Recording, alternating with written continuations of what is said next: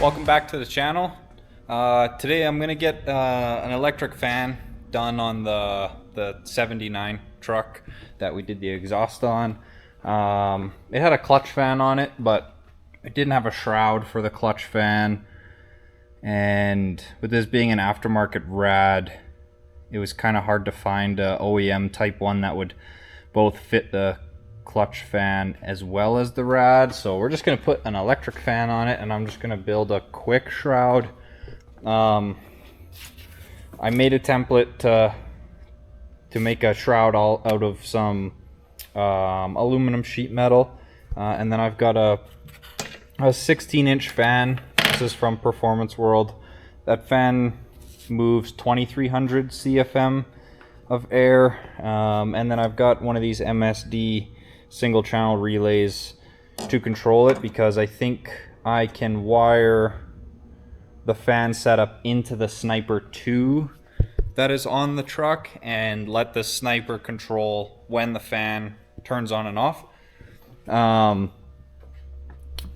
If I really wanted to build a nice shroud, you know, I could bend tabs on it and have it stand off a little bit more and seal better against the sides of the rad. But I don't really have the means to bend edges on it or anything. So like I said, I just got this flat template that I can probably I'll be able to bolt the fan to, and then I could drill a couple holes on the side where you know, I can bolt the shroud to, and it's probably about, I don't know, maybe a ½ inch off the fins of the rad, and that fan should be enough. It does move a lot of air, and this shroud should help a lot. It's definitely a lot better than nothing. So I'm gonna trace out this template on the aluminum sheet that I have, cut it out, and then figure out a way to cut the hole more center, and then mount the fan to that shroud. And I might even bead roll the shroud to put a little bit of strength back in it. All right, I got the right size kind of sheet cut out to fit the rad, and then I had centered, you know, kind of found the center of the sheet, and then got a measurement side to side, top to bottom with the fan measurements, and you can faintly see the hole I've got drawn out that I'm gonna cut, that the fan can go in. The fan has some tabs on it, and this will just overhang a little bit to support the fan, and then I'll bolt the fan down in the 4 places, and then drill holes on the side to mount it to the rad itself. So I'm gonna go ahead and I don't know exactly how I'm gonna cut this yet. Probably drill a couple holes to where I can get my metal shears in here to start cutting out the larger sections of it, and then I'll get as close as I can around the edge, and then I'll probably just have to file it to get it exactly how I want it. But I'll get the hole cut out first, and then I'll figure out, and we'll lay something out and bead roll a quick design in it to put some strength in the panel. Okay, I got the hole cut out for the fan. I was able to, I didn't really show, but I just kind of drilled holes along the way, because with the metal shears that I use, they work really good, but they can't do much of a curve. You kind of just have to cut straight. So I kind of drilled holes in all the corners, and I just cut straight lines wherever I could to get the bulk of the middle out of the way, and then I just cleaned up around the edge with a grinder. So it should work just fine. It just has a little bit of overlap, so I can bolt the fan down and give the fan a little bit of support. So I'll lay out some quick design that I can bead roll into it, and then I'll get the fan mounted on and get it bolted onto the truck. Okay, I just laid out a few. They're very faint, it'd be hard to see, but just a couple angled lines evenly in the 4 corners, and I'll bead roll something in them, and should hopefully put a little bit of strength back into this flimsy sheet metal. If I haven't shown before, this is just a cheap bead roller from Princess Auto. When it's on sale, it's like $100.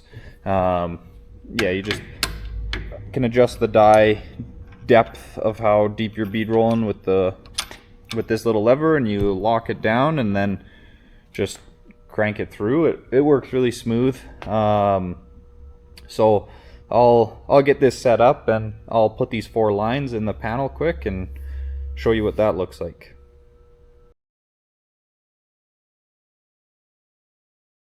Okay, that is done now, so that helps a lot with stiffening up the sides. I didn't really do anything along the bottom because once I bolt the fan down, it's also gonna help stiffen up this part around the hole I cut out. But having these in there is a big help.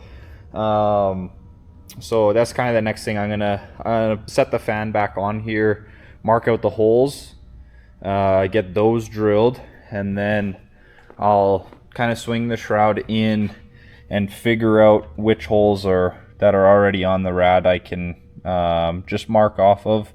Then I'll drill the holes on the side and then should be able to put the whole thing in. Alright, I got the shroud and the fan is all done.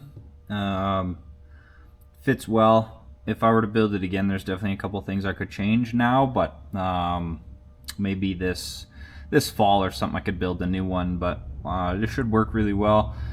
It'll be a lot better at least than having no shroud at all. So next I'm gonna get out, I gotta find out what wiring I have because I need to get the pigtail that'll plug into this. It comes off the back of the Sniper to wire in that little MSD relay block and set up a fan, the fan controller in the Holley system. So I'll find that pigtail, get that little relay module, and show you how the wiring works. Okay, just taking a look through the wiring. It's pretty straightforward. There's not really much to it. There's that harness that I came with the Sniper. I think it's just to add a bunch of different inputs and outputs. It plugs in right here. And the only wire I need off of it is this black and yellow one. This is the wire for the fan trigger. So that black and yellow wire will go into this block on the relay. And then, like as you can see here, there's a power wire that'll go direct from the battery to this post on the relay. The other post will go to the positive side of the fan, and then obviously I've got this little pigtail for the fan. One will go to power, the other will go to ground, and that is really all there is to wiring it. So I will I gotta find some other shrink tubing and stuff and look through my parts, but I'll get that wired up and the relay mounted, show you what it looks like, and then I'll go into the Sniper and see where we can adjust when the fan turns on. Alright, I got the relay block is mounted here with the power wire going up to the battery. I've got the other wires triggering out to the fan, and then this is the trigger wire for the Sniper. I've got it really long still because we're gonna have to figure out what we're gonna do with all this extra harness, because I don't have any use for all the other outputs right now. But I believe now we just go into the Sniper and can set, I don't know how well you'll be able to see. I think if you go to tuning, system, outputs, then you can see where it's fan number 1 on temperature and off temperature. So I'm gonna set the fan to come on at 180 degrees, I think. And then